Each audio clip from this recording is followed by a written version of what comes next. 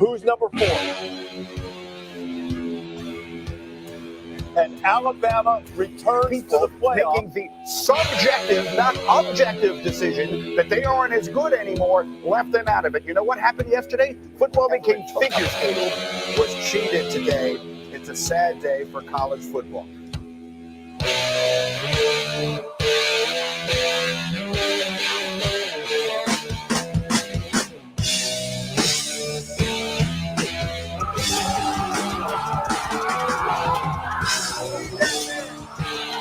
And I thank God for those challenges. I'm grateful for them because that is where this gets to show up. Your heart, your identity. But you can go out there and just play ball. You can go out there and make a play a lot of different places. You do it here, it's got to be to our standard. It's got to be to an elite level. It's got to be smart. It's got to be fast. It's got to be physical.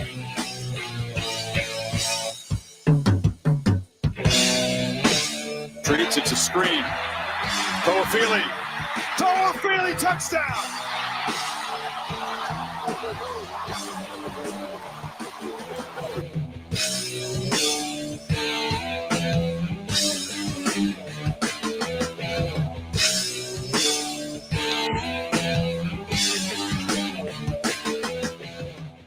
Florida State obviously has done what they do in the portal. Mike Norvell just walks in there, kicks the door down, and says, I want you, you, and you.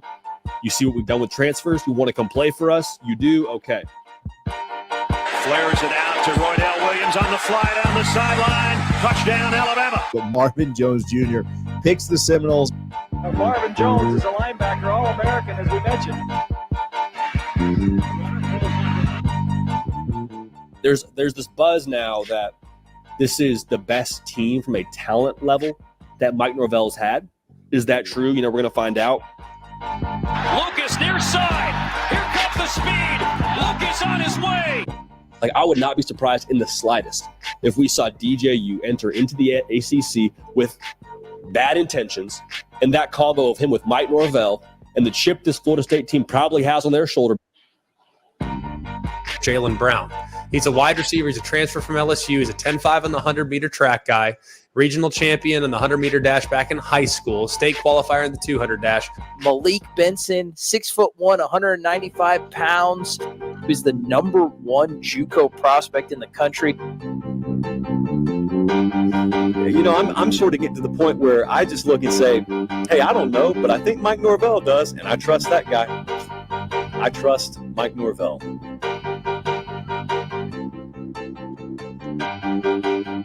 I think Florida State has a chance to be maybe even appreciably better on offense this year.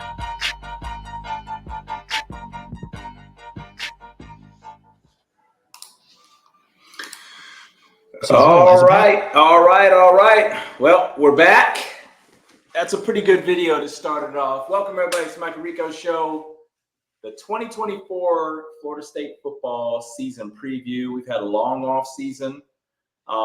I think that video kind of encapsulated some of the feelings from last year. It's something that'll never heal. We're never going to get over that ending of the season.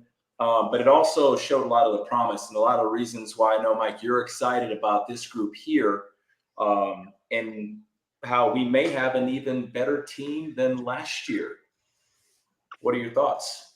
Yeah, I mean, first 10 seconds was really tough to watch because it re-envisioned how you were feeling at the end of that.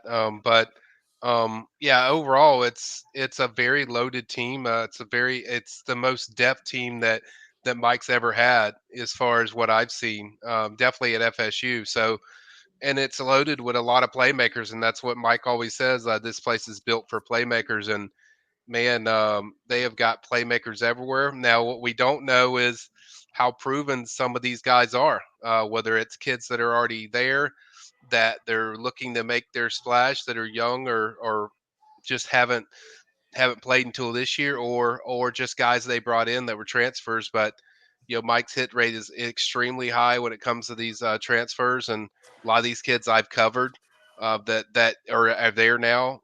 So I think overall, from a depth perspective and from a talent perspective, even more so, this is the best I think Mike's had. Yeah, and so one of the things we're going to do in the show, we're going to do a couple things. We're going to really try to delve into this preview because it's game week, Mike. We got a game in Dublin on Saturday, I believe. And I mean, it creeps up quickly, and we're here. 5 points I was thinking before we kick this show off. 5 things I think are going to be really key to the season. The first thing is DJU. He's a guy, we've talked about him for years. 5-star out of California, went to Clemson a couple years, played championship level football there. Had a little bit of a slip in his play, ended up losing the job to Cade Klubnik, entered the portal, went to Oregon State, put up good numbers at Oregon State. Is he going to be that 5-star quarterback that we envision? I mean, he's 6'5", almost 250 pounds, can move. It's not bad weight. And he's a guy that kind of wows you. Big, tall guy. Really reminds you of E.J. Manuel when you watch him. Is he going to be a dude? Can he be a Heisman level or ACC championship level quarterback? That's the first point that I had. That's going to determine the success of the season. The second one is, we've talked about this at length, is the wide receiver room. Last year, you lose Johnny, you lose, Keon Coleman, you lose 2 guys that were outstanding. It's a big blow. You lose an outstanding tight end as well. So you look at a lot of the elite pass catchers now, guys have to step in. We talked about Jaylen Brown. We talked about Malik Benson. We've talked about Hakeem Williams with all the talent he's got. You've got Jalen Lucas coming in. You've got Ja'Kai Douglas. You've got a bunch of names, a bunch of guys who could be and maybe should be, but will they be? You need a 1, 2, 3 at the receiver spot. So I'm interested to see who's going to be that 1, 2, 3. Another thing we talked about, which I feel better about than previous years, is linebacker depth. You bring in a couple studs in there. Cam Riley's one, standing at 6'5", 240 pounds. We got him from Auburn.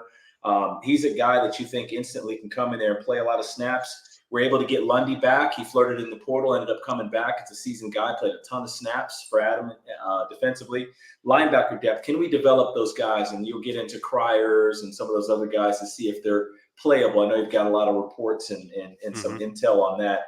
The fourth thing is workhorse running back. Florida State has had a tremendous run at the running back position last 10 years. Can Toa Philly, does he have the weight? I have my questions as to whether or not he has the weight to be a workhorse guy. Roy Dell looks really good.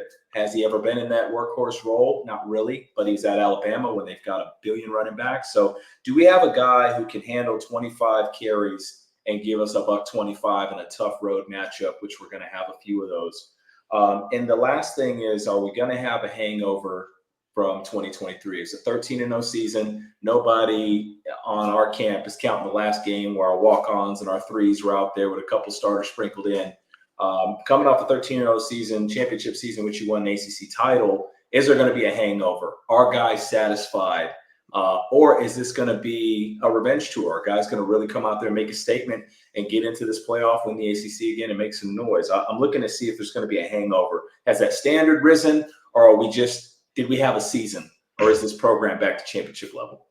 Those are the 5 things I've got. What off the top of your head, what are things you're looking at just as kind of over umbrella season preview points?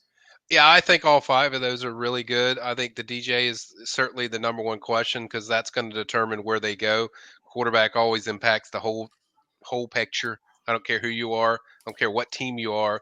Your quarterback has to be able to run it. And I think that's why they selected him, was because this is a guy we feel control the offense. Now, he's not going to be splashy all the time, but he's going to make the plays that we need to. If you watch him, the times even he played FSU, even that team that should have beat them, they came to Doak, beat FSU with Will Shipley and them, and he was the quarterback. And he's always under control, and he makes great decisions, got incredible arm talent. So, and the offense is going to be different too. That's the thing. Probably one of the points that wasn't mentioned is this offense is going to look different, guys, because of the way he distributes the ball. He's more of a pure passer than Jordan was. He's not the runner that Jordan was. So that takes away that flashiness. So can he run it? And I do feel confident he can run it. Is he going to be a splashy? No, he's not going to be a splashy, but I think the numbers, the passing numbers will be much higher. And I think the passing game, you'll see more explosiveness out of that. As far as the running game, I think the main thing for me when I look at the running game is, can you find a group? Because I'm not worried about Toa Philly. Toa Philly's going to do his thing. He's really good. He knows his role. His role was pretty solidified and cemented to what he does. But can these other guys, whether it's Roydell, Keziah Holmes, or whoever, Cam Davis, whoever it is, can you mix all those guys together and give you the production that you were getting out of Trey Benson? Can you get that?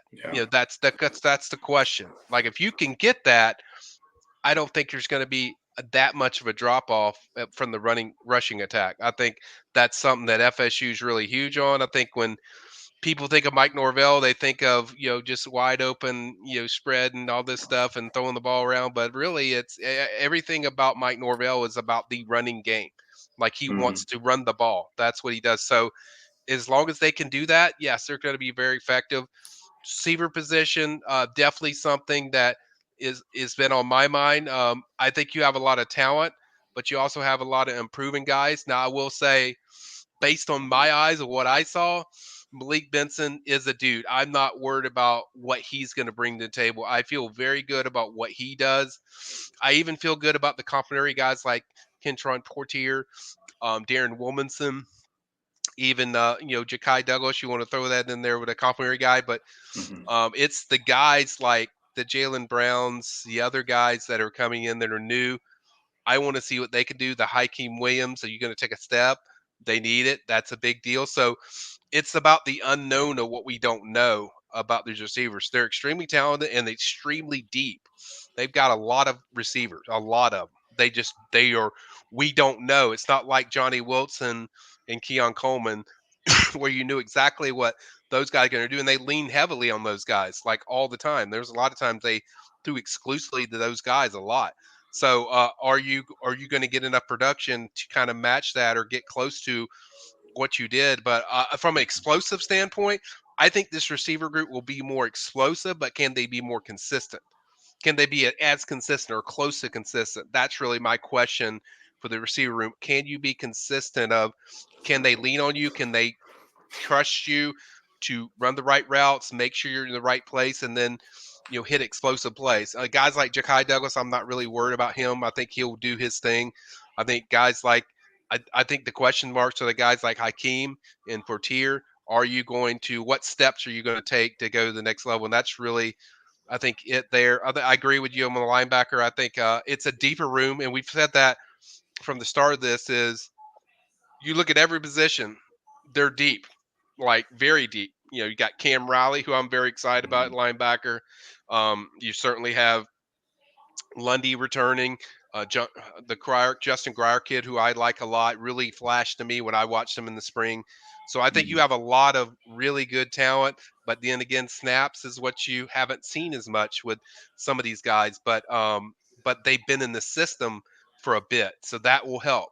So that's definitely encouraging. But I think really just overall for me, when I look at this team, it's the most talented team I think Mike has had from top to bottom of depth and talent. No, there's not elite guys everywhere, but there's really great players. And really, it's just about, can they put it all together? I'm certainly encouraged by stuff I'm hearing from Mike about. I know Mike is not a hype man or hype guy, and he really likes this team. So he's worked with this team, and two, you're about into that 3 to 4 year window now where you don't have to worry about the buy-in of everyone, where we worried about that, the last, 3 years. And I think they've reached that pinnacle point. So I think that makes it easier for them to kind of develop these guys the way they want them and at the speed they want them. So I think overall, it's just going to be about some of these unknowns showing what they can do and producing. And this is like the first year we've had to deal with where we really aren't sure what you're going to get from a number standpoint with the quarterback position. So I think really that's what it's going to come down to, is if the unknowns are fitting what we're hearing in practice and what we're hearing when we're out there and we see what they're doing. If they fit what we're doing, I think it's going to be a really special year for FSU. But overall, there's just unknowns of from an experience standpoint at certain places. We can break this down, offense, defense, kind of the plan here, and then we'll take a peek at the schedule. Yep. Just offensively, we can start with the quarterback room. Quarterback room, they bring in a redshirt senior, DJ Uiagalelei. I think that's how you pronounce his name. Maybe we get DJ on the show and he could teach us all how to do it. 6'4", 6'5", 252 pounds, redshirt senior. A lot of football has played. You got to be excited about that. When we had a chance to get him in the transfer portal, even over Cam Ward, and that's not me being salty. I think Cam Ward's a hell of a player, and he would have been a good fit too. But DJ's the guy I wanted, and I know you can attest that. We had a lot of conversations. He's a leader. He's a war horse. He's been in the battles. He knows the ACC well. And anybody who's got maybe a chip on the shoulder to face Clemson, Clemson's obviously our most important game of the year. Sorry, Canes, sorry, Gators, but Clemson is the team that has been the benchmark in the ACC until we took the mantle back. And we have to win that game to get where we want to go. And so a guy who's got a chip on the shoulder for that school is just a plus for us. So I love having DJ at the helm. I think he could have a Heisman-ish season if he's cleaned up. I don't think he's ever had a coach like Coach Norvell. I think he's got a tremendous OC and he's got a tremendous head coach that are going to be very hands-on at that position. I think that the sky's the limit for him, and I'm hoping that he can parlay this into being a high draft pick, maybe be a first 2, 3, 4 round draft pick and get a shot in the league because I think he's got all the tools. Behind him, you got Brock Glenn. Brock Glenn came in there in emergency duty against Louisville in the ACC title game. He didn't turn the ball over a ton, and he got a couple plays in there when he needed to. He was very green, and he went in there, and he played well enough to help us win. They love him in Tallahassee. Coach Norvell loves him. The players love him. They think really highly of him. So he's going to be battling it out with Luke Cromahoke. I think he'll win that battle. So I think Brock Glenn will be your number 2.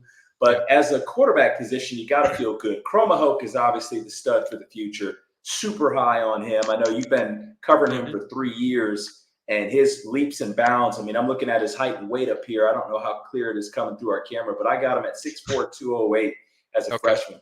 That's very good weight for a freshman. I mean, he's going to be, by the time he takes that job, either next year or the year after, you're probably looking at a kid who's 6'5", 230 pounds and can run 4.6, probably even faster, but I'm going to safely say 4.6. He's a great athlete. So we have capable guys backing him up. And we took another kid that's going to come in there at the fourth spot. So the quarterback room, you have to feel good. If I give it a grade, it's a B+ to an A-, honestly, with the quarterback room. Do you see anything in the quarterback room that either excites you or anything that's kind of cause for concern? No, I think it looks great. I think the only thing is just you got so used to seeing Jordan Travis every year, you know what you were getting, and I think we have an idea with DJ. But I think the main thing, and I've alluded this in the beginning when I talked about quarterbacks, was you want somebody that protects the ball. And you mentioned Cam Ward briefly, but I mean, he had 16 fumbles in his career. Like, the one thing this FSU offense can't have is turnovers. And I think that's a big thing with DJ, where he's very good at protecting the ball. He's tough. He's big. He can run. He can get you those short yardage runs if you need it. And he certainly has probably one of the strongest arms around the ACC. So he has all the arm talent that you're looking for, and he has playmakers around. That's why I'm excited about what he's going to do. I'm not as concerned with him, even though he's a new guy. And then you got Brock Glenn, who has a lot of experience, and I think that was really big, him playing in the bowl game, of getting a full game of just, okay, Brock, cut it loose and see what he goes and see what weaknesses he has, what strengths they are. And then you bring in Luke, who I'm extremely high on, but you don't have a lot of pressure where you feel like you have to insert him right away. You have a guy that's been in the system in 3 years with Brock Glenn, and you feel really comfortable about not only you have a guy with that experience, but you have a guy that has game experience that you can feel if he has to go into that mold where, God willing, something happens with DJ and he gets banged up a little bit.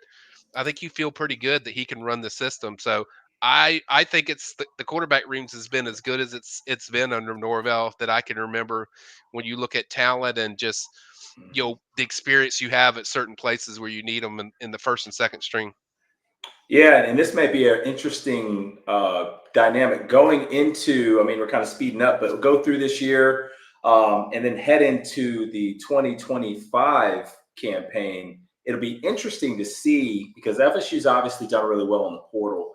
And I don't think Coach Norvell is ever going to shy away from best player. We talked about that earlier today. Yeah. But you got to feel like one of Brock Glenn or Cromahoke is probably going to be eyed for that position going Yeah. forward.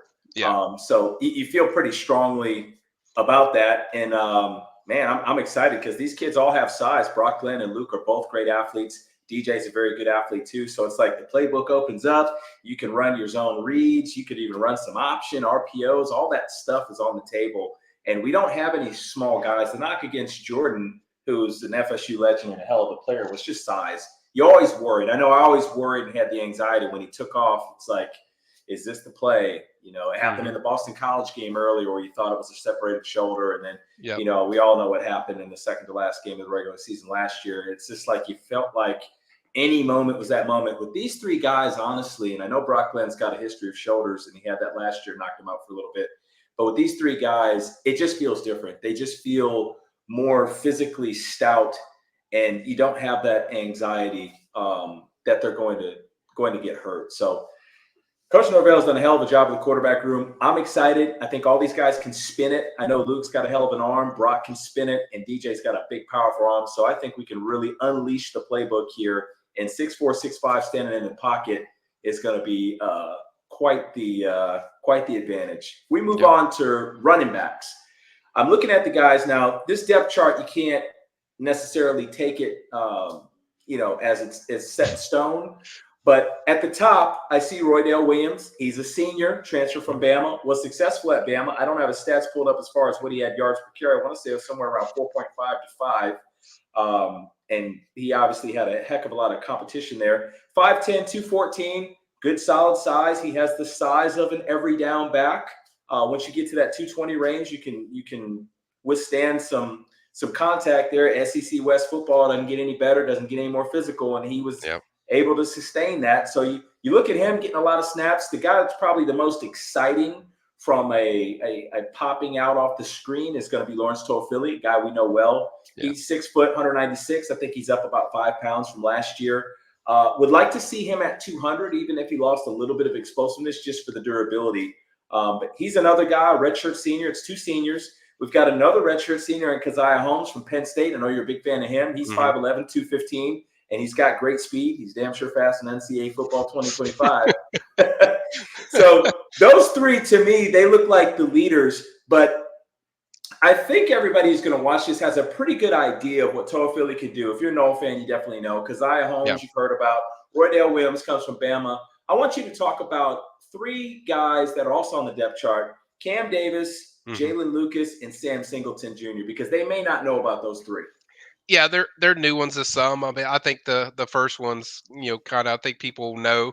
But Cam Davis is very high profile, built like a brick house. I mean, this kid is like, he doesn't look like a normal like high school freshman, but he will play a lot. Quick feet, really quick feet for a big guy. Yeah, I don't usually see shiftiness with a big guy like him, but he is very shifty. I think you will see a lot of him, as Mike has alluded to, and throughout the fall practices. I think it's mainly just what do you trust him with in certain plays, just to make sure he knows where he's supposed to be. But I think you'll definitely see a lot of him because he is so physically ready to make an impact. Really good one cutter. Just when he hits that cut, he's hitting it, and he's already had some big plays in scrimmages. So I like him a lot. Guy you didn't list in there was Makai Danzy. Makai's probably one of the fastest guys on the team. He has surprised me. Like, I didn't personally see it, but I've heard a lot of good things about him in practice. So I think he's a guy that speed wise, that he could take some pressure off Toafili and do some of those Toafili plays that they run, and they could run some stuff with him in that mindset. I think between the tackle runner, certainly for me, would be Roydell. Roydell does a lot of that stuff. He's very experienced. He was in the 2 deep at Alabama, and that's good enough for me. You're playing in the 2 deep at Alabama. That's saying something. You're playing in the 2 deep. You're good. So I think he will fit that void to a certain degree. Obviously, he doesn't have Trey Benson speed, but not many people do that size and in what he did. But and I think the world of Keziah Holmes. I'm very high on Keziah. But I think it's a really strong group. Sam Singleton's another one that I've heard a lot of really big things the last 2 scrimmages. It's been really positive. So I've already said this is the deepest team. This is probably the deepest they've had as far as talent wise at running back for this running back room. This running back room, I know they're absolutely through the roof on their talent and what they have there. And hardest thing is going to be keeping those guys there because somebody's going to hit the portal because you can only keep so many happy. But I think overall this room is deep and also they're explosive and they have a lot of guys that have played. And then Well, look at. Go ahead. I was just going to add my favorite transfer player, and I've told Rico this many times, is Jalen Lucas. I'm telling FSU fans, if you're watching this, you are going to love this kid. Like this kid is like a pocket rocket. Like he is. You use him in all kinds of places. He's very quick in space, like very quick. I saw plays where this kid people were 2 feet in front of him, and he would just make him look stupid, like because he's so quick. He's got that quick Porsche type speed in short space, and he can go. So I think he will probably be the FSU fan favorite, and he'll be used as a swift Army knife because you're going to see him running back, slot, Jakai's position. Certainly going to see him on special teams. So, man, Coach Yak has got a lot of Coach weapons. Yak just had a birthday. Happy birthday, Coach Yak. Yeah, so they got a lot of weapons, and the only thing they're lacking is just playing experience at FSU.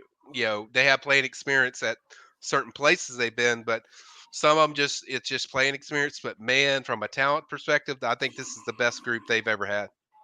Well, my rule is always 5 scholarship running backs that can play. 5. That's my rule of 5. If you're in the Power 5, now Power 4, especially if you're in the Power 2, which that's a conversation for another day.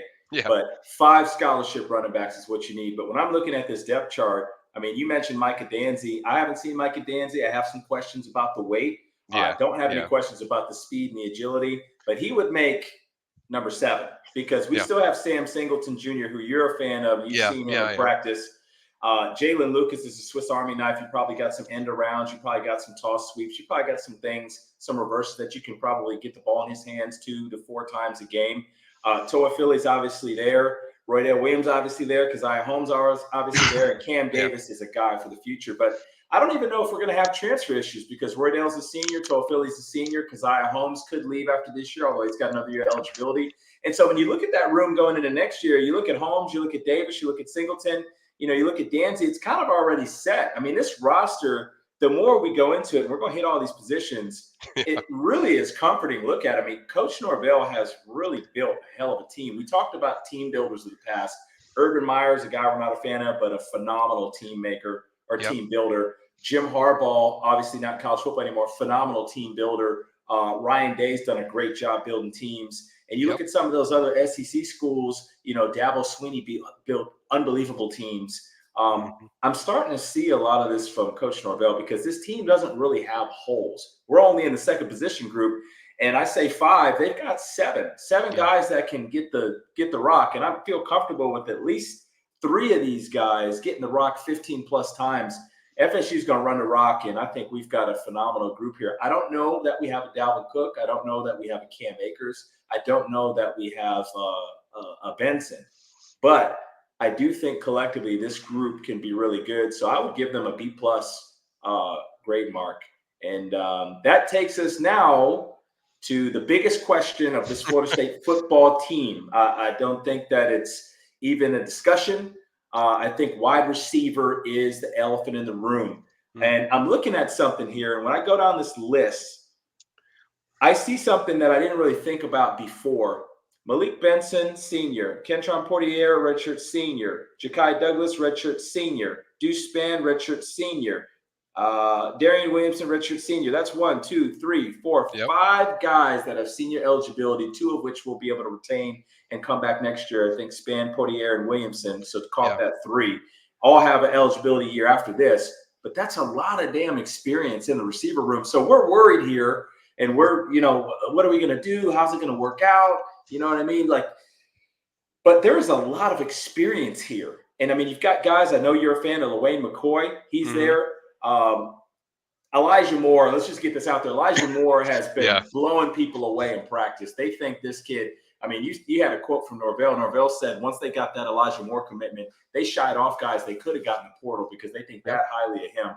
So we've got some guys, and there's a 5-star out there who's becoming like an enigma named Hakeem Williams, who's got, a ceiling that's through the roof. And if he ever realizes that, this group could be special. But talk to me a little about receiver and who you feel good about and where you see that group right now, because that's the elephant in the room. Yeah, it is. And I've said at the beginning, I feel really good about Malik Benson. I've seen enough of him. He is the number one guy for me. Who's wide receiver one? When I watch practice, he's wide receiver one to me. He just jumps out at you, explosive. Just everything he does is explosive. He's also a really good punt returner, although I hope I don't see him back there returning punts when he's the number one receiver. But I feel really good about him. I feel really good about Ja'Kai Douglas because I know what Jakai's going to bring. Jakai's kind of that. I look at Ja'Kai like I do Toa Philly. He knows what role he is. He plays that role, and he's very good at it. I think the other ones, like I said, complementary receivers like Darren Wilmington, who I'm very high on. I love what Darren does when I watch him in and out of routes. It's really good. Same thing with Bertier. My main question with Bertier is catching the damn ball. Like, stop dropping easy passes. So can he be consistent, not dropping balls? I think that's the thing for me. And then the enigma is Hakeem, because he could be the linchpin of that just changes this whole season. If he takes a big step forward, this kid's like 6'4", 200 something pounds, can run like a deer. And if he really takes off with his game to go along with all those other pieces, I think it really changes that receiver room.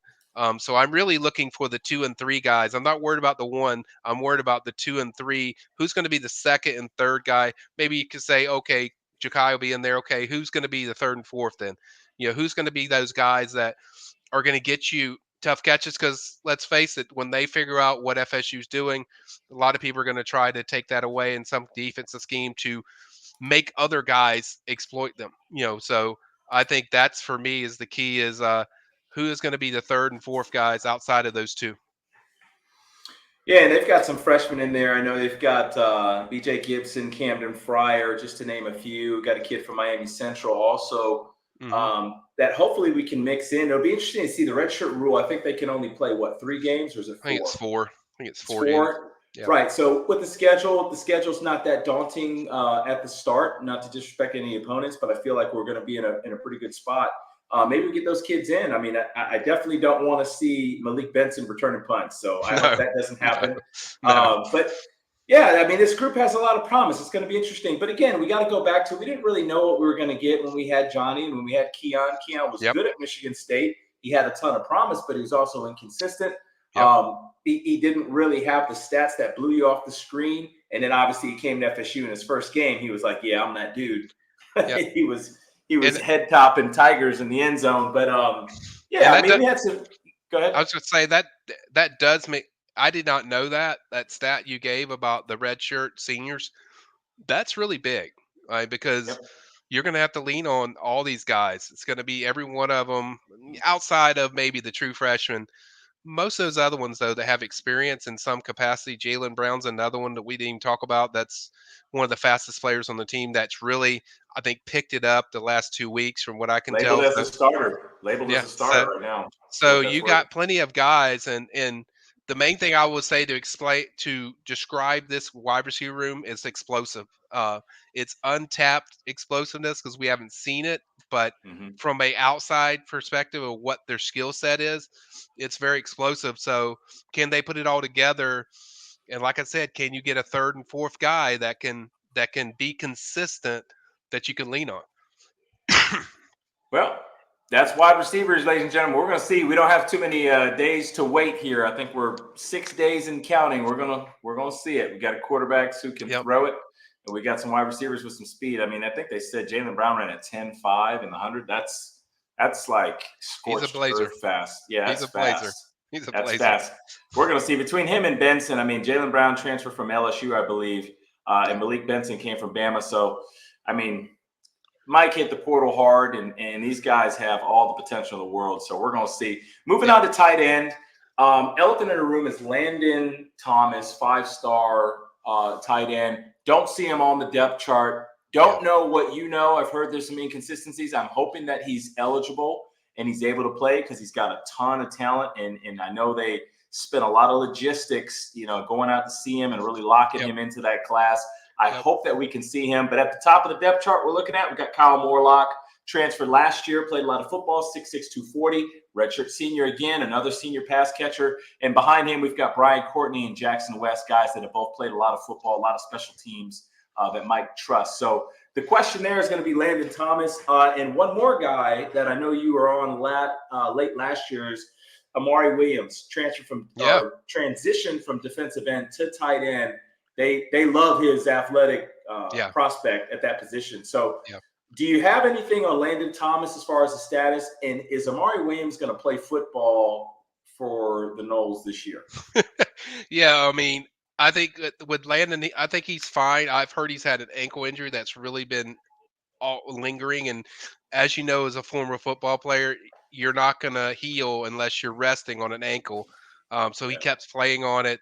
That's all I've really heard on him. He's still a true freshman, so there's still a learning curve to where he can go. So how much you can trust him in routes. I think you're going to see a heavy dose of just Kyle Morlock and those experienced guys that you list. I think Jarrell Powers is another one that's experienced that they have in there that I know they trust. I think Brian Courtney. From You'll Texas. you'll see a lot of those guys. So I think it's going to be the usual suspects, probably those three that I just covered.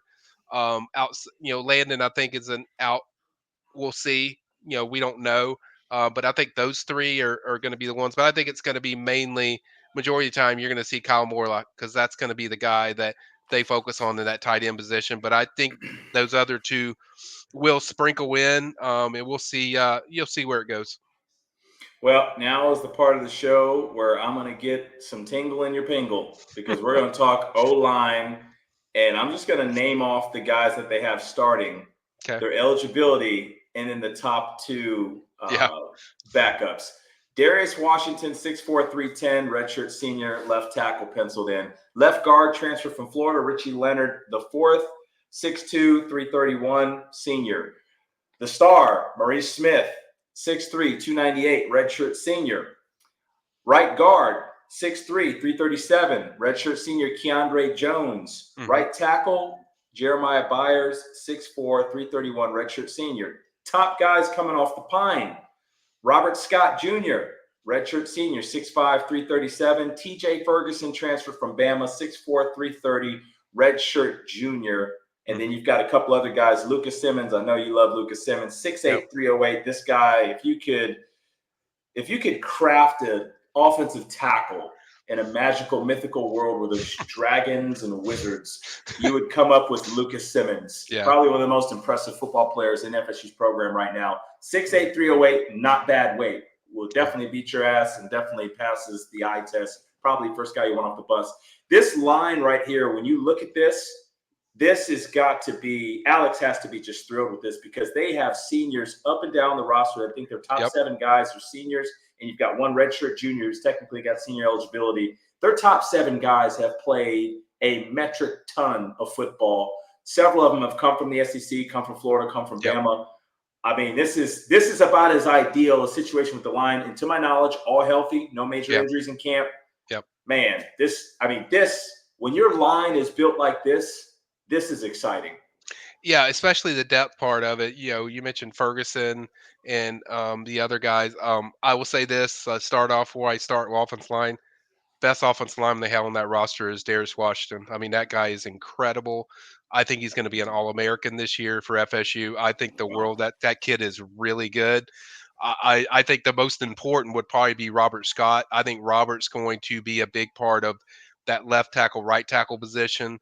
I love the depth of Richie Leonard. That guy had a really good spring and fall. So I think a lot of those guys. And then my biggest question is that Jeremy Bowers position at right tackle. Are we going to see a step up? Because we talk about Hakeem. I want to see a step up from Jeremiah from last year because there were times where he was really a weak point in their games and it hurt them. They still were able to run the ball, but man, if he is if there's an improvement there and there's a stock up with him, that really changes, I think, the whole offensive line because you're going to be able to pass pro a lot better, and you're certainly going to be able to run on whoever you want to run on. But from a depth perspective, I don't think they've ever been this deep with this much talent. When you got Terrence Ferguson coming off the bench, damn man, I mean Yeah. that's pretty special. So for me, it's that right tackle position. If they can solidify that, I think it's going to be a special year in the offensive line. Yeah, I'm just looking at these weights here, and I mean, I don't have a calculator in front of me, but we're going 331, 337 between our twin right tackles, and we're going 310, 308 at left tackle. We're going 331 with Richie Leonard. We're going a smooth 300 with Maurice Smith at the center, and then our two right guards, Keandre and TJ, are coming in 337, 330. You know, just doing some loose math in my head, that's an average of about 323 pounds on the line. That's SEC West, and I make the distinction between West and East with respect to Georgia, who are the best program in the country. But that's SEC West size. And frankly, some of these guys have come from the SEC West, and that just really makes me feel good because I know Norvell wants to pound the rock. And with 7 backs, okay, with your top 7 being this good, this big, having played this much football on the line, man, you know, with the coaching staff that we have, the meticulous planning, the chip on the shoulder, you got to feel really good about this Noah offense. So I give that line an A. I know we've got some questions with Jeremiah Byers. I think personally, Robert Scott Jr. probably will end up taking that position if he hasn't already. I know there's an or next to it. But, you know, the only question mark I would have, I feel good about Lucas Simmons and Jalen early this year getting some time. Who's the backup center? I see Andre Otto. I see Jacob Rizzi in there. Are any of those two ready to play if Maurice Smith goes down? Or do we have the ability to move Richie Leonard and Keandre Jones or TJ Ferguson successfully to center? Because center is its own beast. Yeah, TJ's a former center, so TJ has a lot of experience at center. So that'd be the next guy in line, I think, at center for them. So they have options. They have 2 or 3 guys that have been mentioned to me. I know Ferguson was one of them, so I know Richie can play there too if they need to. But Ferguson will probably be the next in line. But I think they feel comfortable. But yeah, I think it's really just consistency from that right tackle. I think if they do that, I think it's going to be a really strong year for the offensive line. Well, that's the offense overall. I'll give that offense an A-. I think we're held back a little bit by that wide receiver position, but hey, that can change in a week. And now we're going to move on to something that is very solidified, and that is the 2024 Florida State Seminole defense. Starting with the defensive line, if we're looking at our edges, Patrick Payton, in my opinion, is All-American. I know Patrick Payton, love Patrick Payton. Had a chance to interact with him the last couple of years. And I hope that kid realizes how great he can be. I've watched him several games just take over entire series, literally first down pressure, second down sack, third down tip pass. That guy has unbelievable potential. And if he locks in, he could seriously be a high first-round draft pick. Think the world of Patrick Payton. He doesn't really need too much of an explanation. 6'5", 250, redshirt junior. He will not be back next year unless something unfortunate happens, which we pray doesn't. He's going to be a high draft pick. This guy's looking at least all ACC, probably All-American. Other side, Marvin Jones Jr., we know Shade Tree's son, 6'5", 255. The last guy we got from Georgia that didn't quite cut the mustard ended up tearing the NFL a new rear end with the New York Jets, and we're going to see if we can get a part due. Marvin Jones Jr. comes in 6'5", 255. He's going to be opposite of Patrick Payton, another unbelievable athlete. We barely lost out on that recruitment to Georgia. I guess our checks didn't clear, and Georgia's did. So he's going to be the starting right end. And backed up, the 2 backups, I know you love this guy. I want to give you the floor for this guy, Sion Olahea, and my guy's Byron Turner Jr. When I turned on the screen, when we did the film review, all I saw was number 54 flying around, messing shit up all game long. I mean, this guy, 6'4", 251, redshirt junior, I don't think he gets his name called out enough for the disruptiveness that he has. So Byron Turner Jr. feel great about. And talk to me about Sion Olahea, because I know you've seen him in person, and I know you were really, really impressed. He is a freak.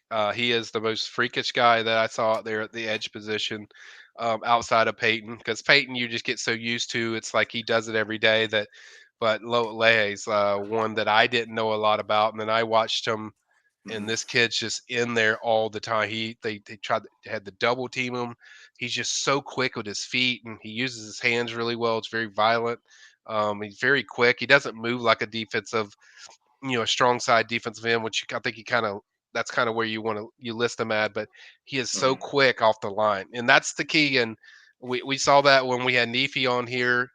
Just how you get off the line means so much. It just could cause so much, problems. And I think he is a monster. I think Byron, which is a funny story about Byron's actually, I was worried that he might leave after last year because he didn't play as much, but he's there.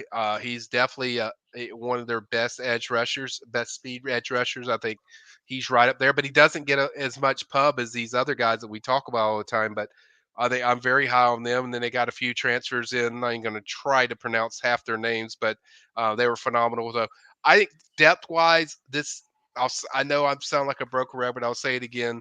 This is the deepest line they've ever had. Probably, I'd have to go back to 2013 to match up with the talent that they have on that defensive line. Not just in edge, whatever.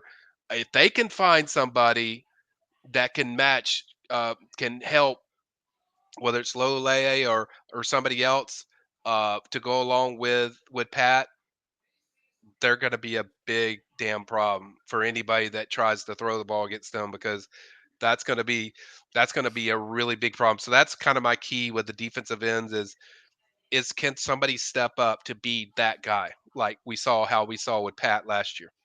Yeah, so that brings us to the defensive tackle position.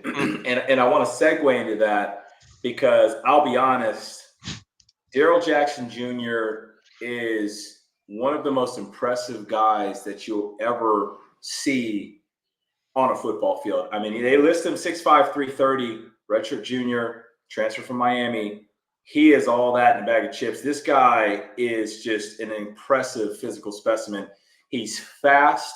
He's big. He's quick twitch. He can move. Joshua Farmer at 6'3", 318, another redshirt junior, is also the same way, to a little bit of a lesser extent because he's a little bit smaller, but fast, twitchy, can move. And I bring that up because in a pinch, you can strong side end either one of them, and you might not get Patrick Payton explosiveness, but you are going to get a plus in power. And those guys are both capable to play that position. Those are two tackles that we've got starting. I know Michigan gets a lot of pub for the two kids that they've got there with Mason and with Grant, and they're both phenomenal. But I'll be honest, I don't see two defensive tackles better than Jackson and Farmer. And then when you look at who's backing them up, the guys they got backing them up, KJ Sampson, redshirt freshman, super high on him. They love that kid. And Daniel Lyons, another kid I know you've covered. They have those as the twos. But here's where I get really excited, because if you get in a pinch and you have to move guys on the outside to rush the passer with Farmer or Jackson, you have Grady Kelly and Durajaye transfer from West Virginia. And I think Kelly came from Colorado State, which they played some pretty good defense last year. Those two guys can come in and give you snaps at the tackle position in a pinch. So when you look at it, the three deep at the tackle is impressive because they've got two guys down there in Durajaye and Kelly that would start for most ball clubs, and it just gives you that flexibility, which a lot of people don't understand.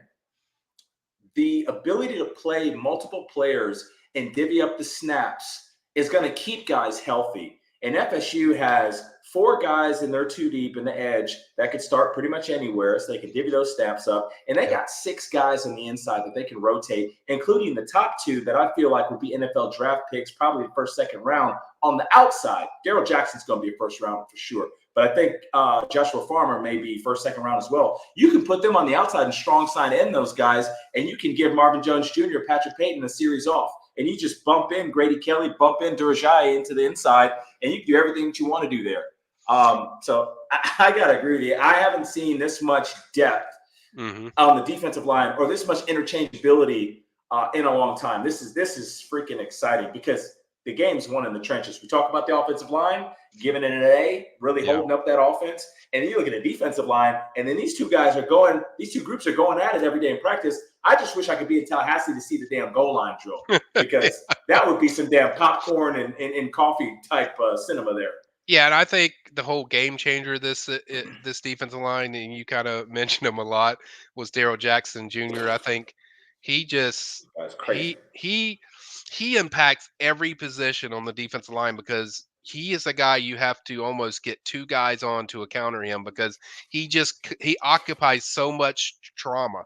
He screws up everything. I mean, I've seen it so many times where you have to put two guys on him just to, because he's creating so much problems with his size and his length, and how explosive he is. He's fast. He's big. He's strong. But he's long. He's got really long arms. He gives you a lot of problems as a pass rusher. So I think the key that line is, man, just keep that guy in bubble wrap and keep him healthy. If you can, because he will take them to a special level if that guy. If you can have him for a full season, I think I can't wait to see FSU fans like reactions when they first watch him play, and just all the problems he causes. And we've got guys that we haven't talked about. We've got some guys that are not necessarily on the 3D depth chart, but you've got Lamont Green Jr. As redshirt freshman. You've got Dede Holmes. That's a big-time recruit. You've got Aaron Hester. You've got Dante Anderson. You've got a couple guys here that aren't necessarily getting talked about at the edge position. Jaden Jones is another one, and Jaden Jones 6'6", 240. I mean, you've got a lot of length at that edge position. So FSU has some serious numbers at the edge position, and it's going to be excited to see them be able to deploy all these guys. That takes us to kind of the linchpin of the defense. And last year, we got phenomenal play out of the starters at the linebacker position and phenomenal health.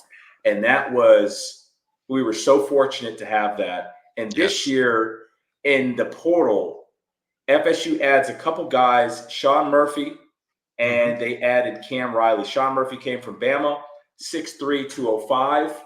And Cam Riley is 6'5", and they got him listed currently at 237, which is just bananas. And you got to feel good about the linebacker spot. Now, they don't have him in the two deep. They've got DJ Lundy, a guy who returned. We almost lost him before we came back, 6'1", 241. I would say one of the most improved players from sophomore to junior year. Lundy coming back was huge, definitely a starter. But Cam Riley coming in is just going to be awesome for this defense. 6'5", 237. Another guy, we talk about interchangeability. In a pinch, you can weak side rush him off the edge, bump up Blake Nicholson. Blake Nicholson's up probably 15 pounds. Last time I saw him, he was safety size. His football smarts, his nose for the ball got him on the field. Now he's sitting at 225. I think he can physically hammer in there. 6'3", 225. He's ready to play. You got DeMarco Ward. Omar Graham played a ton of ball, OG. And a guy I know you love, Justin Cryer, along with Riley. So talk to me about the linebacker position and how you feel about the depth. It seems like we have more depth now than we've had. I really love the depth of this group. Last year, they were extremely fortunate that they never got an injury to Tatum or Kalen or just any of their starting linebackers. They were hardly ever nicked up. I think Lundy got kind of nicked up near the end of the year, but they were so fortunate because they didn't have anything behind those guys. It was Young razor guys. thin. Whereas this year you have six guys. Cam Riley, seven. So even better. You have seven. And thing I love about Cam Riley that's kind of unique about him. He's 6'5" or 6'6", however tall he is. Most guys like that, you just think like, hey, they're really good pass rush. He is really good in coverage, like really good. They put him back there. He makes a lot of plays. You could put up the Auburn tape where he played at Auburn. They dropped him back in coverage a lot. He was awesome. So they dropped back. So he's going to help them in coverage. And that's my biggest complaint a lot of the times is about how FSU covers backs and covers people out of the backfield. Don't feel like it's always there. So I think to have somebody with his speed and his explosibility is big. I think Blake Nicholson another year. I think he's certainly made some strong moves and strides as far as the fall. And then you add in Lundy, and then Justin Cryer. I think is the most improved player on that defense. If I was picking one guy, Like I think that you got him from Northwestern. He has been absolutely phenomenal. Like a leader, makes big plays. I'll be honest, guys. I probably went to like maybe 6 practices. I would say 3 practices. He was getting a scoop and score almost every one I went to, and he just was always involved in making a big play. So I think you certainly don't have like the minutes or reps, you should say, as far as starting reps. But I think from an experience standpoint, you feel really good about this group from a rep standpoint of them previously playing college football. So if that translates to what they do on the field, I think FSU fans are going to be pretty happy about that linebacker group. Yeah, the linebacker group being improved and with the depth there, that's going to be a big plus for this defense. They're going to get coached up. Coach Shannon is one of the best teachers of the linebacker position in the game. People talk about the recruiting. That's a conversation for another time. But Randy Shannon knows linebacker play. Yes. He knows how to coach it. And he's going to have those guys that we do have there, those 7, he's going to have them ready. And we have a couple other guys, too. I mean, if you look down the list, you've got a couple freshmen may mix in there a little bit. I think I see Tamir Hickman-Collins. He's a guy that got recruited, another 3-star, Jaden Parrish, who could have been rated a little higher. These are guys that may mix in early, again, probably in line for red shirts. But, hey, that brings you up to 9. Those are guys who can get snaps in the fourth quarter, keep the starters healthy. And, we'll see. And that's why I like about this group is like you don't have to lean on certain guys. Like you can develop them at your speed. So you don't always have to have these guys to be all Americans. You just need guys to be productive when they're in the game. Well, now we're talking about the position.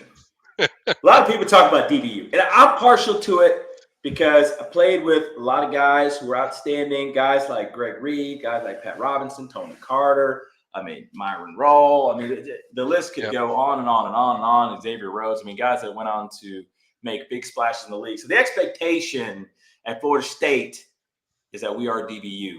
And this year, I'm especially excited about this group because some of these guys are going to be high draft picks. One that I feel very comfortable being a high draft pick is Azariah Thomas. 6'2", 198. He's going to be the lockdown guy starting at corner. Just an outstanding kid, outstanding story, outstanding Knoll. The other one that's going to be opposite him is Fentrell Cypress, the second, 6', 188, redshirt senior. Azariah is a junior. Whole lot of football being played.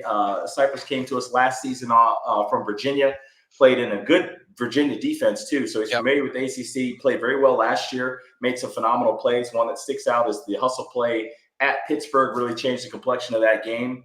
You got to feel great about the starting corners. And then when you look at the depth, you've got Quindarius Jones. I love Quindarius Jones. I love how he finished that game. Second to last game of the season last year. When they tried to kick a field goal at the end, it got blocked and he scooted down the sideline. That's a plus-size corner, 6'2", might be 6'3", close to 200 pounds. And then you have Edwin Joseph, another 6', 190-pound quarter. You got guys that can give you some help there at the corner spot. And then you've got 2 phenomenal freshmen. One that I'm very close to and love a lot, Charles Lester III, out of Sarasota Riverview and Venice High School from Sarasota, Florida, 6'1", 190, 5-star kid, 5-star person, more importantly. And then Kai Bates, 6'2", 190. Those are the freshmen. 6'2". Charles is 6'2". He's listed 6'1". He's 6'2". So you got 2 6'2" kids, 190. And those are going to be your third-string corners coming in there giving you snaps. Both of them very capable. Corner, we're 6 deep. I love the starters. I think the backups are capable, and the young guys, I think towards the end of the year, are really going to have cut their teeth and be ready to make some plays. How do you feel about the corner position this year? Yeah, I think the corner position is really good. I go back to the conversation me and Rico had many times, and Rico would mention this to me. He's like, man, I want to see some FSU defensive backs like NFL and Azare. So Ramsey. Yeah, and Azare fits that in so many ways. I expect a massive year out of him. I think he's going to be incredible. I think the other corner, I think you could argue who could be that guy, but I think Azare is going to really take a lot of pressure off their defense. What they have. We talk about the defensive line. This is one of the most talented defensive back groups that I can remember them having in a long time. Now, the one in 2013 was ridiculous, but this one is is very loaded. There's a lot of solid guys. There's a lot of guys that play a lot of football and a lot of guys with experience. We even talk about the guy Devontae Brown they got from Miami, who's had a really good fall. Yep. I think Conrad Hussey is going to be incredible as a safety. I think he is phenomenal. But from the corner position, you just have so much. There's a lot depth there that you can work with, and these guys have been. I'm not sugarcoating this, guys. They have made it. Yeah, there's times where receivers have struggled, but a lot of that's because of being new. But they have shut down a lot of whatever they faced and every day by these defensive backs, and they have been incredible as far as this fall practice. So they are very loaded at the defensive back position, especially corner. I Yep. feel really good. I just want to see who for sure is going to be that other corner opposite of Azare. I think that's really the only thing with me. Outside of that, I think their corners are. I think they're in really good position.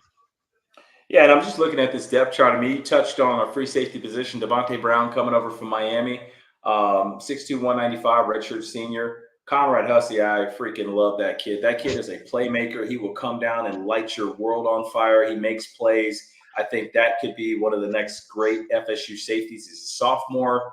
I think he takes a jump this year, and I think he starts to get to that definitely all ACC, but possibly all American rating. He's a little undersized at 6 foot 200. But that kid plays football the right way. He plays like a Knoll.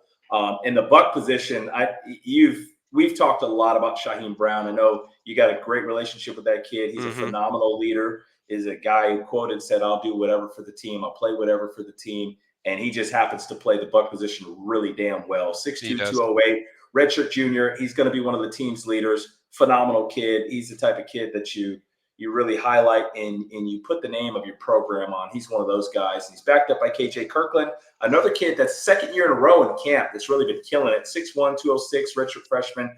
This year, he's going to play a lot. Last year, kind of got buried a little bit on the depth chart. We had some guys who are now in the NFL, several of them, Bernardo Green being one of them. We had guys that were kind of playing in front of him. This year, he's going to be on the field. So those are your two buck positions between Shaheem and KJ. And then you got your nickel. And the thing that's cool about the FSU defense this year and the depth of it, you've got Earl Little came from Bama. You've got Kevin Knowles who stuck around, thought about going portal, ended up staying 5'11", 190 a senior.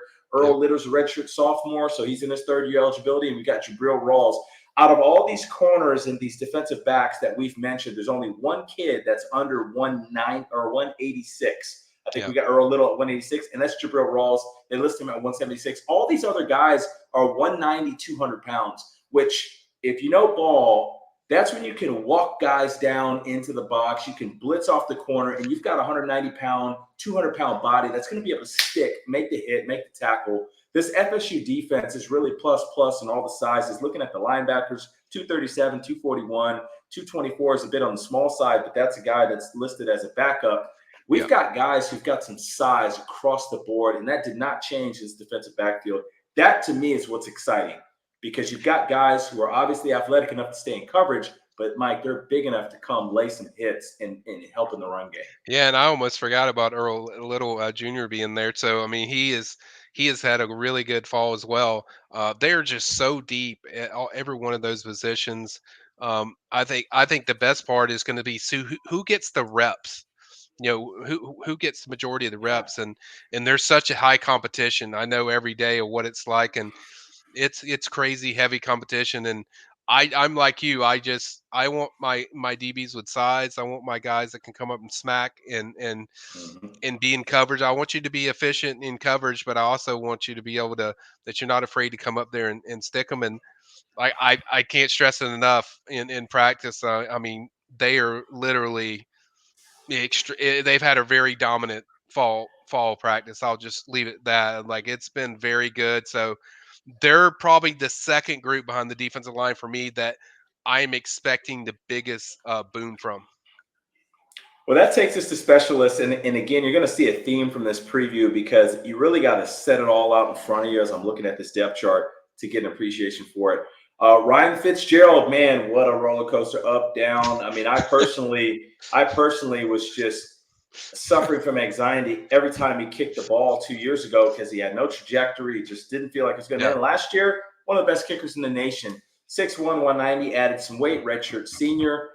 We've got Alex Mastrano, who came back, could have went pro, came back, another redshirt senior, 6'1", 241. In my opinion, the best punter in the country. Mason Arnold's going to be our snapper. Our holder's going to be Mastrano. And you feel so comfortable in the kicking game. Mastrano can flip the field. And Ryan Fitzgerald, he has a leg to get it out there from 50. I really like him anything inside 45. And it's like you got 3 points in the back of your pocket with that kid. Just such a long journey for him, and the comfort level that we have in the kicking game. And kudos to Mike Norvell, because Mike Norvell never wavered on him. Mike Norvell takes special teams personally. He believes that it's an equal third of a football game, and he never wavered on Ryan Fitzgerald. Could have went to the portal, could have switched him out, but you know what? He stuck with them. And I think this kid's going to have a special year. And when you have a redshirt senior punter, redshirt senior kicker that were both outstanding last year. I mean, Fitzgerald was damn near Groza. So you're looking for holes at FSU. Well, don't look at the kicking game. I mean, because there ain't no holes there. So I think that if you have a hole at special teams, it would be probably the new long snapper, because you're replacing James, who was incredible as a long snapper. But outside of that, I really can't find a hole there. You're returning two of the best in the ACC and certainly around the country, as far as consistency. And I think it's a big thing to have. Nobody talks about special teams until you need them, so right. that's my motto when I look at it. But they have two kids that are coming back that make you feel nice, warm, and fuzzy over when you think about the kicking game. Yeah. Now we go to returner. Now, we talked about this before. I would not have Malik Benson returning kicks because he's a starter and he's penciled in as your WR1. But last year, Keon Coleman was returning kicks. So let's not fool ourselves. Malik Benson's going to be returning kicks because Mike Norvell is going to put him out there, and he believes in him, and he believes that he won't get hurt. So I hope that doesn't become an issue later. But Malik Benson's going to be returning kicks.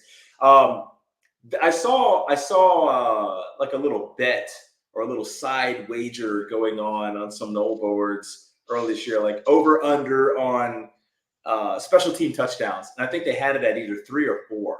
And that's kind of crazy, right? 4 kick returns, punt or kickoff for a touchdown. I don't think that's actually out of the question here. Jalen Lucas is arguably the best returner in the country. And Deuce Spann is an awesome returner in his own right. And that kind of has been where he's made his biggest impact. And these are both guys who can run 4.4. Roydale Williams has experience in the kick return game. Keziah Holmes has phenomenal speed. We have 7 backs. These guys want to get on the field and make their impact known. I do like running backs as kickers because they're used to the contact. They don't fumble. And it's a bigger body. But then when you look at it, you got guys like LaWayne McCoy and Micah Danzy. Holy hell, we have got a lot of guys who can take that sucker back from 6 off a kick. So I'll ask you. I think we return 3 kicks, either punt or kickoff for touchdowns this year. What do you think? I think that's a safe. I wouldn't be surprised at 4, but 3 is. I think you could see 3 for sure. To ease Rico's concern, I don't think you'll see Malik Benson on the kick returns. Now where I think you might see him is punt returns, because that's where I saw most of his action. But I think Lucas might take over that. So unless there's an injury, I think we could be okay that Malik will return kicks. But because I think the starting kick returners are probably going to be Deuce Spann and Jalen to kick off, and then punt returns I think probably going to be Jalen strictly, and then if they need a break, then they might put somebody else in there like Malik. But it's a great weapon to have. I mean, Jalen, I said this before, like out of all the great transfers they got, Jalen was the one. And Rico can echo this, like what I told him, like this is the best transfer they got. I can't wait for everyone to see him. He just impacts so much on the offense when he has the ball in his hands, and he is a major weapon on special teams, and he was the Big Ten turn of the year as far as in that conference. Like that says a lot. Like if you're winning the Big Ten returner of the year, I mean that says a lot about your skills as a special teams guy, and to get a weapon like that they've never had, because they haven't had anything like that probably since Greg Reed. since Greg Reed was back there returning punts. So I think this group is going to be special, and I think you're gonna win some games because of just what they do to flipping that field or just getting big plays in the return game. Well, I just went there and I counted. Overall, the roster looks phenomenal. I would give the roster an A minus to an A.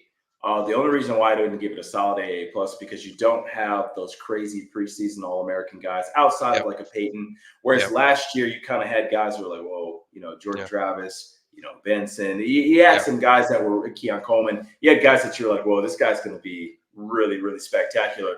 I think overall our depth is better. I think we have more guys who can do more things across the board, and we're not as top heavy. I just counted 26 seniors or redshirt seniors at the top or in the two deep of the respective position in our depth chart. 26. I don't have everybody's roster in front of me, but I cannot imagine another football team that has more seniors or redshirt seniors in the first or second depth chart spot on the football team. I mean, you talk about a seasoned team. This is a seasoned football team. It's going to have no shortage of leadership. And I think Mike Norvell put it perfectly a few days ago when he said, he's like, this is going to be a very explosive team. Like you don't really need to say anything else outside of that. And we've read all the positions, we've talked about it, we broke them down, but it really, you think about it and you think of all the guys we've covered, it kind of echoes what Mike said. I mean, it is extremely explosive team. Like you just said, it doesn't have all the elite flash guys that preseason that you had last year, like Jared Verse and guys like that, and Trey Benson and Keon Coleman. But you have a lot of really great players that could reach that pinnacle if their development turns the right way. But as Mike said, really explosive team. Well, that brings us to our schedule here, and we're looking at this schedule. Let me make sure that you guys can see it on the screen there, and you can. So we start off Saturday, the 24th. We've got Georgia Tech. Georgia Tech pulled off a couple upsets last year. They pulled off one in particular that really made us clink our glasses, our beer mugs, with the Mario gaff. Can't take them lightly. It's a game where there could be a lot of distractions, but again, 26 seniors or redshirt seniors, you got to think that this team will be focused. Guys are frankly pissed off with what happened last year, and they want to make a stand. The prediction that I see over here on the On3 side is 31-20. I think it'll be worse than that. Knowles. That moves us into a Monday night game that we've got against Boston College. It's going to be a game in which we kick off ACC play. This is a chance to get 2-0 in conference play right off the bat, and then you've got a bye week. I think the Noles can get that one done. They say 35-17. That's probably about right. That game will be in Doak Campbell Stadium. It's not listed in these locations. Oh, sure it is. There it is. It's got the ad. So that would give us a bye week heading into the Memphis game. Memphis game be a little interesting because that's where Norvell came from. Memphis is a team that runs a high-pace offense. They've got a lot of great athletes, probably underrated as far as their athleticism. It's a chance for FSU to have some fun with that. Coach Norvell coaching against his old team. I think that's another one we get done, and we'll be sitting at 3-0. And then you've got another home game. We start in Dublin, but then we've got 3 straight home games. We've got California, a new ACC team coming into play. California's a team that's going to run a high-octane, up-tempo offense coming from the Pac-12. Defensively, I just don't see them having enough in the paint to withstand us on either side of the ball. Looks like 4-0 to me. They say 31-21. I think it'll be worse than that. Then that brings us to Saturday the 28th, a game that will be in attendance. It's going to be here in Dallas, and a sneaky good SMU team. What are your thoughts on that SMU game? I think it's going to be scary. I think just because, I mean, it's the unknown, and you haven't played a lot of teams that play SMU. If people haven't seen them, they're very wide open spread type stuff. So I think it could cause them some problems in the first half. I think they'll squeak by, but I think that one's going to be probably one of their closer road games all year because of the unfamiliarity and just a lot of stuff that Rhett Lashley does. Rhett's very good, very smart, very sharp guy. So I think they're going to have. I think it will take them a half to adjust, but I think once they adjust, I think they'll get control. But it'll be fairly close. And that's also our first true road game of the year. So that's going Yeah. to be one to circle there. That's going to Yeah, be a good game. definitely. Should be a great atmosphere in Dallas. I know the stadium's not that big, but that's going to be an exciting game. Then Yep. we follow that up, a big one. It's in Doak, Florida State versus Clemson. I mean, this is maybe one of two matchups that year. It's going to be a big one. We don't really need to do an introduction for that game. It's one of the biggest games in college football every year, and it definitely will not be short of consequential results this season. You have a bye week after that. You've got 2 bye weeks this year because we play week 0. Bye week after that, and then you've got a tough road game against Manny Diaz and the Duke Blue Devils. Yeah. What do you think about that Duke matchup? Now, they're not going to have Riley Leonard. Riley Leonard is transferred to Notre Dame, another team that we play on the road. You feel pretty comfortable in our ability to go in there and knock off Duke? Yeah, I feel good about that one. Because one, I like it is because it's later in the year. Your feet are wet. You've gone through the road game. You played in a road environment. Duke's not exactly the most imposing road environment. I think they'll be ready. I think you have enough experience within your roster that by that time, when you get to the 5th or 6th game, I think they should be fine. Like I said, I'm more concerned with the SMU game. Okay, so then we move on. We got a big one. Everybody knows about this one. That Duke game's also on a Friday, which is a little funky. I never like Friday games. I don't like that, but that's the ACC's got to get creative to try to get some money because that's another conversation. But anyway, they always hit us. It's usually Boston College on a Friday, red bandana, deal. This time it's going to be at Duke. The next week, we're at Miami, going to Doak South. This game is going to have a lot riding on it. One, we absolutely loathe and detest and hate Miami, and there's nothing more enjoyable than going down there and beating their ass in their stadium. But this is a game where Mario Cristobal, he has to win this game or he's going to be fired. They went out there. They did what they needed to do to get Cam Ward. They're talking them up again as they do every year. They think this is the team. They think this is the 3rd best team in the ACC or better. And they think that this is a team that could go to the playoff. And you got Florida State coming in to your house, Hard Rock, and this is a game that Mario Cristobal has to win. I just don't feel comfortable that he and his staff can handle the pressure. Miami has talent. They don't have more than Florida State, in my opinion, but that's a game that they're going to be desperate. And that's a game where if Florida State comes in there focused and finds a way to get that one done, man, that could really break that program down. Yeah. For me in that game, first off, Mario's just terrible as in-game coaching. I mean, that's got to change if he wants to have any kind of good year. I know their schedule's, very suitable for them to go, 10, 11 wins. I know some people are picking that, but if his, I think the key for me in that game is just FSU getting off early to a nice start. Just whether it's 10-0 or 10-7 or 10-3, something like that, where you're in the mood, you're in the game, and if they do that, I'm not worried because they'll settle in, and I think FSU will take care of it. But yeah, you're right. It's going to be a desperate game because that's the game he has to win. Because if he doesn't, it's probably going to be curtains. Yeah, that's a game. I think we get that done. I haven't seen a loss on the schedule yet. I think Clemson will obviously be tough. Club Nick and Dabo feels a lot of pressure. I do think that SMU game is going to be tough, but I think we just have more. Miami, I just think we're better, and we're so comfortable down there in that stadium. I know they're going to be desperate. I know everything's going to be riding on it, and that's going to be a big game. I think we can go down there and get that one done. That leads us into November 2nd. We've got a home matchup, North Carolina. North Carolina is obviously going to be down the star quarterback that's left. They're still going to have a good, talented roster. They're still going to be solid. But the last time I remember them coming into Doak, I remember them winning by a field goal and talking a lot of shit. And I think that's probably going to be reminded to the team.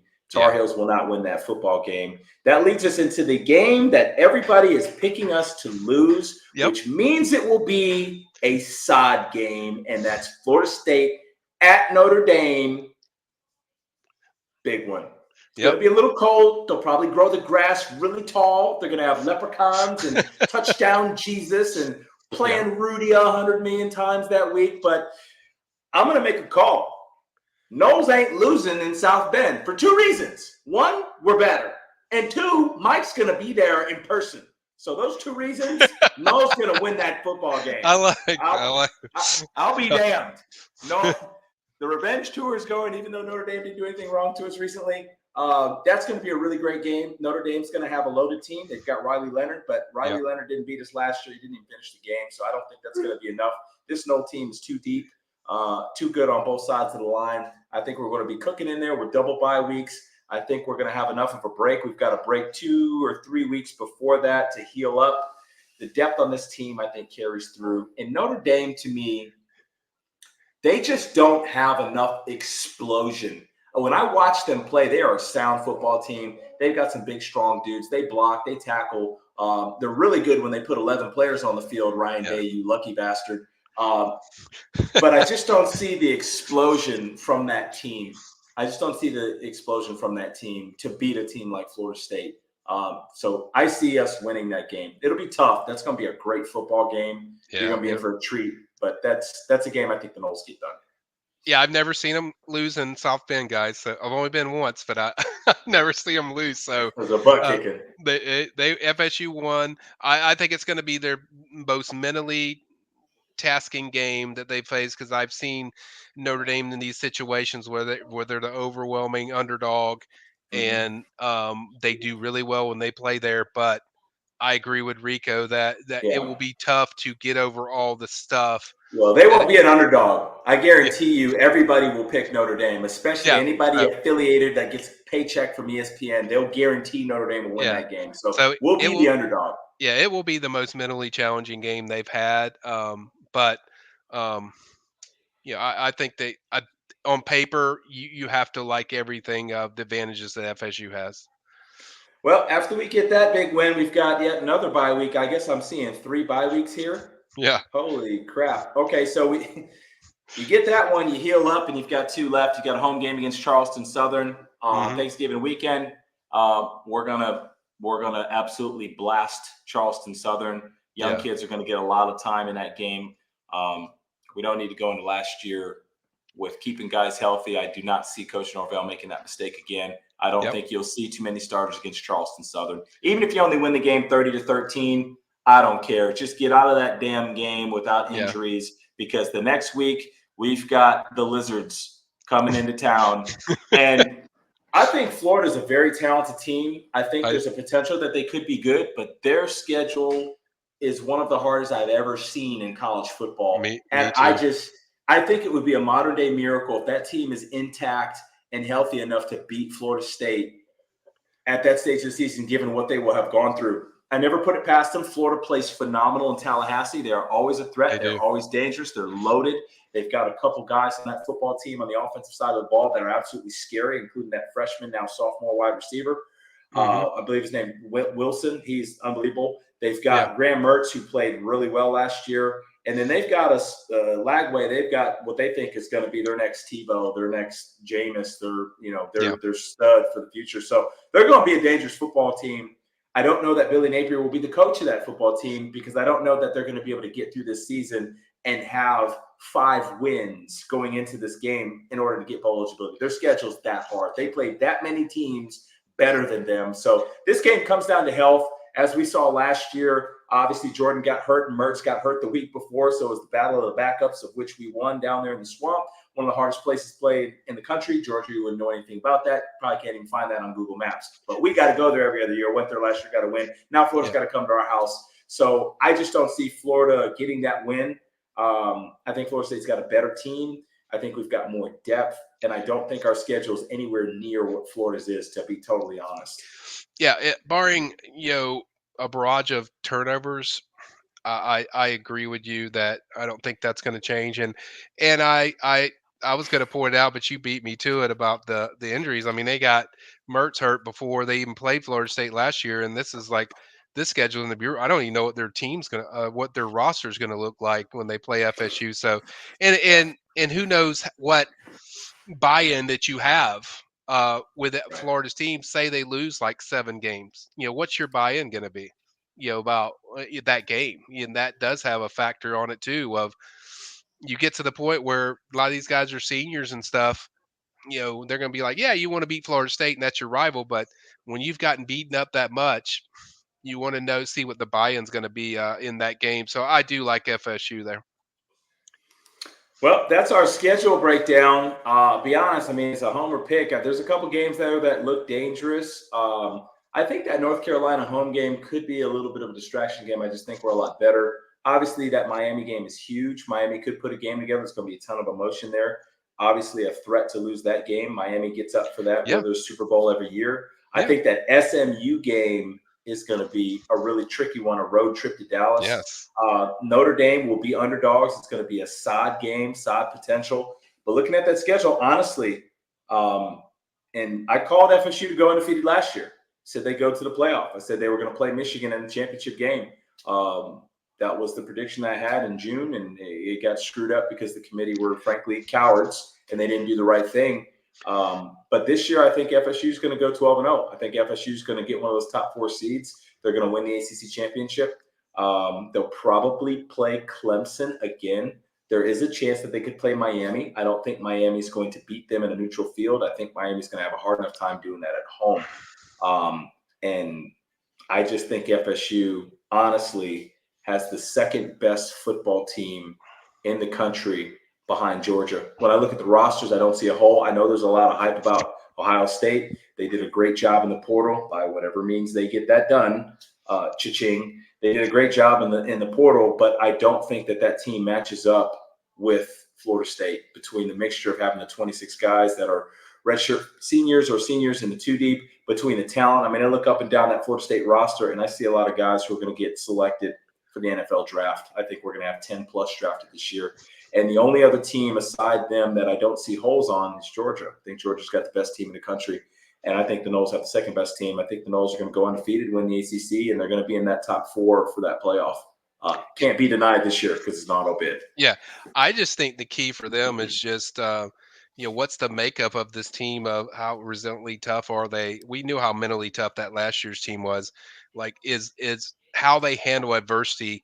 I think we saw last year what they do. It's like we don't know that for sure about everything with this team. So I think it's going to be how they handle adversity, because you have the SMU game, again, the Miami game. You're going to certainly have Florida because that's every year. That's in-state rival. So you got some challenges, Clemson. You got some challenges that are going to test their mental game, and if their mental game answers, I agree with you that they will go probably on paper. You would have to see them either going undefeated or maybe 1 loss at the most. Well, that's going to just about do it. That's your preview. We've gone over the roster. We've gone over the schedule. And, man, this is going to be an exciting year. It's kicking off soon. We've got just till Saturday, and we're going to be off and running. We're going to see if our prediction is right, or we're going to see if we're going to have to eat crow here on this show throughout the week. So that's going to be it. Signing off for the Mike Rico Show. That's your 2024 Florida State football preview. Great things to come, I think. And Saturday, make sure you tune in. We will be breaking that game down afterwards, and we've got some very special guests lined up this year. We won't spoil it, but you'll just have to wait and see. That's signing off. Go Noles.